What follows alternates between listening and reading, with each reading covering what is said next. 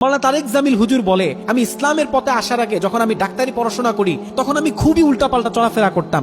দৈনিক আমি মুভি দেখতাম। বলিউডের এমন কোন মুভি নাই যেই মুভি আমি তারেক জামিল দেখি নাই, এবং আমি 2-400 গান সবসময় অল টাইম আমার মুখস্থ থাকতো।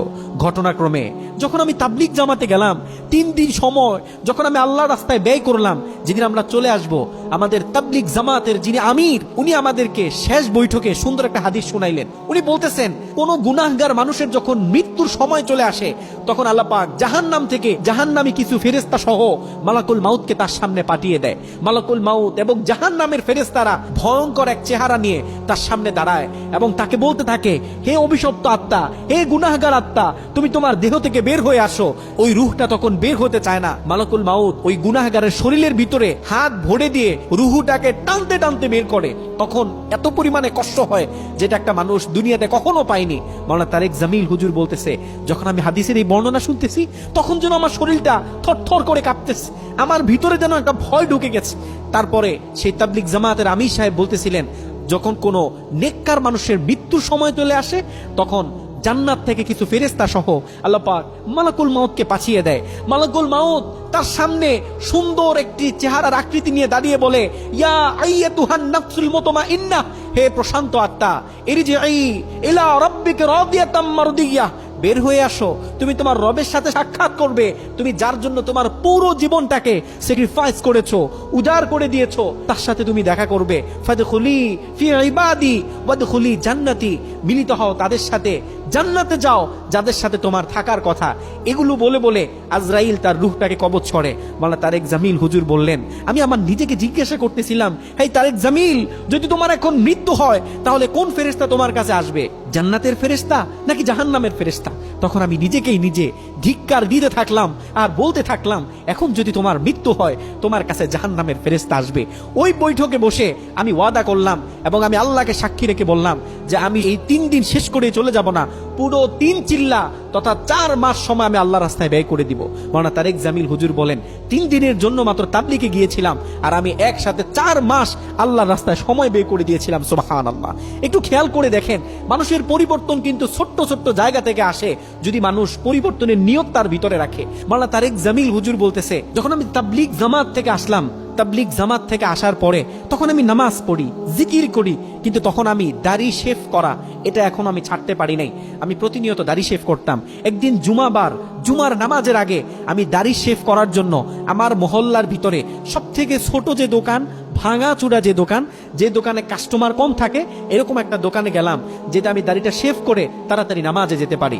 যখন আমি দাড়ি শেভ করতে গেলাম, গিয়ে দেখি যে দোকান ভরা কাস্টমার, লোকজন আসছে, তারা দাড়ি চুল কাটবে, শেভ করবে।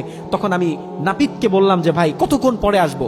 সে আমাকে বলল যে ভাই জাস্ট 1 ঘন্টা সময় দেন, আপনার কোনো কাজ থাকলে সেরে তারপরে আসেন, 1 ঘন্টা পরে আমি আপনার কাজটা করে দিব। মাওলানা তারেক জামিল হুজুর বললেন, আমি চলে গেলাম 1 ঘন্টার জন্য, বাড়িতে গিয়ে কিছু কাজ বাজ করে 1 ঘন্টা পরে আসলাম। 1 ঘন্টা পরে এসে দেখি যে চিত্র ভিন্ন।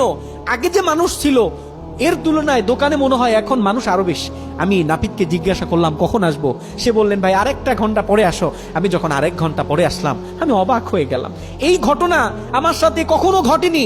এরকম আশ্চর্য কাহিনী আমি কখনো আমার চোখে দেখিনি। যেই দোকানে অন্য সময় কাস্টমার থাকতো না, যেই দোকানে অন্য সময় মানুষ চুল দাড়ি কাটার জন্য ভিড় করতো না, প্রথমবার গিয়ে যে মানুষ দেখেছিলাম, দ্বিতীয়বার মানুষ তার থেকে বেশি। দ্বিতীয়বার যে মানুষ দেখেছিলাম, যখন আমি এখন 3য়বার এসেছি, এখন দেখি মানুষ আরো বেশি। মাওলানা তারেক জামিল বলতেছে, তখন আমি বুঝতে পারলাম যে আমার রব চাচ্ছে আমি যেন দাড়িটা না কাটি। আমার রব চাচ্ছে যে আমার চেহারায় দাড়িটা থাকুক, চেহারাটা নুরানি হোক। আমার রবের দাড়ি সহ আমার এই চেহারাটা তার কাছে দেখতে খুব ভালো লাগতেছিল এবং সে চাচ্ছিল না আমি আমার দাড়িগুলো শেভ করি। তখন আমি আল্লাহর কাছে ওয়াদা করেছিলাম, আল্লাহ, আমি তোমার মেসেজটা বুঝতে পেরেছি, আমি তোমার কাছে ওয়াদা করতেছি মৃত্যুর আগ পর্যন্ত আমি আমার দাড়িতে কোনোদিন হাত দিব না। একটু ঠান্ডা মাথায় চিন্তা করেন না, একটু নিজেকে জিজ্ঞাসা করেন, এরকম মেসেজ, এরকম ধাক্কা আপনার রবকে আপনাকে একবারও দেয়নি? আপনি একটু মনে করে দেখেন ওই দিনের কথা, যখন আপনি বিপদে পড়েছিলেন, আপনার আত্মীয় স্বজন, পাড়া প্রতিবেশী সকলে বলেছিল তুমি এই বিপদ থেকে বাঁচতে পারবা না, কিন্তু আপনার রব আপনাকে ওই বিপদ থেকে বাঁচিয়ে দিয়েছিল। আপনি তার কাছে মোনাজাত তুলে কান্নাকাটি করেছিলেন। আপনি বলেছিলেন, আল্লাহ যদি তুমি আমাকে ক্ষমা করো, আমি নামাজ ছাড়বো না, আমি আর কখনো শেভ করব না, আমি সুদের কারবারি করব না। আপনার রব আপনাকে ক্ষমা করে দিয়েছিল, কিন্তু আপনি এটা ভুলে গিয়েছিলেন। মাওলানা তারেক জামিল হুজুর বলতেছে যে আমার এক বন্ধু আছে, তার বাড়ি হচ্ছে পাকিস্তানের লাহোরে, বড় এক ব্যবসায়ী, কিন্তু সে ব্যবসা করে ইন্ডিয়াতে। দিল্লির হাই প্রোফাইলের লোকজনের সাথে তার উঠা চলাফেরা, তার ব্যবসা বাণিজ্যের কারণে সকলের সাথে তার খাতির আছে। মাওলানা তারেক জামিল হুজুর বলতেছে, আমার বন্ধু আমাকে বলতেছিল যে দোস্ত, একবার ভারতের মুম্বাইতে বড় একটা অনুষ্ঠানে আমরা ছিলাম এবং ওইখানে শাহরুখ খান উপস্থিত ছিল।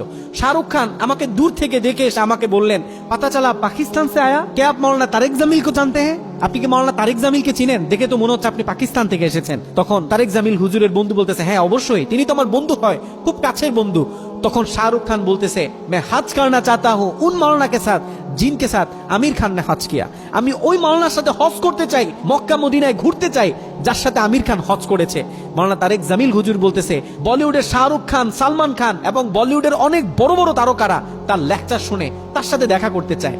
দুনিয়ার লাইনে আপনারা যাদেরকে বড় বড় সেলিব্রিটি মনে করেন, তারাও পর্যন্ত দিন শেষে যারা হেদায়েত প্রাপ্ত তাদের কাছে আসতে চায়, তাদের সোহবতে বসতে চায়, তাদের কাছ থেকে কিছু মেসেজ নিতে চায়। এ কারণে মনে রাখবেন, হেদায়েত প্রাপ্ত হলে ওই মানুষের সম্মান কমে না।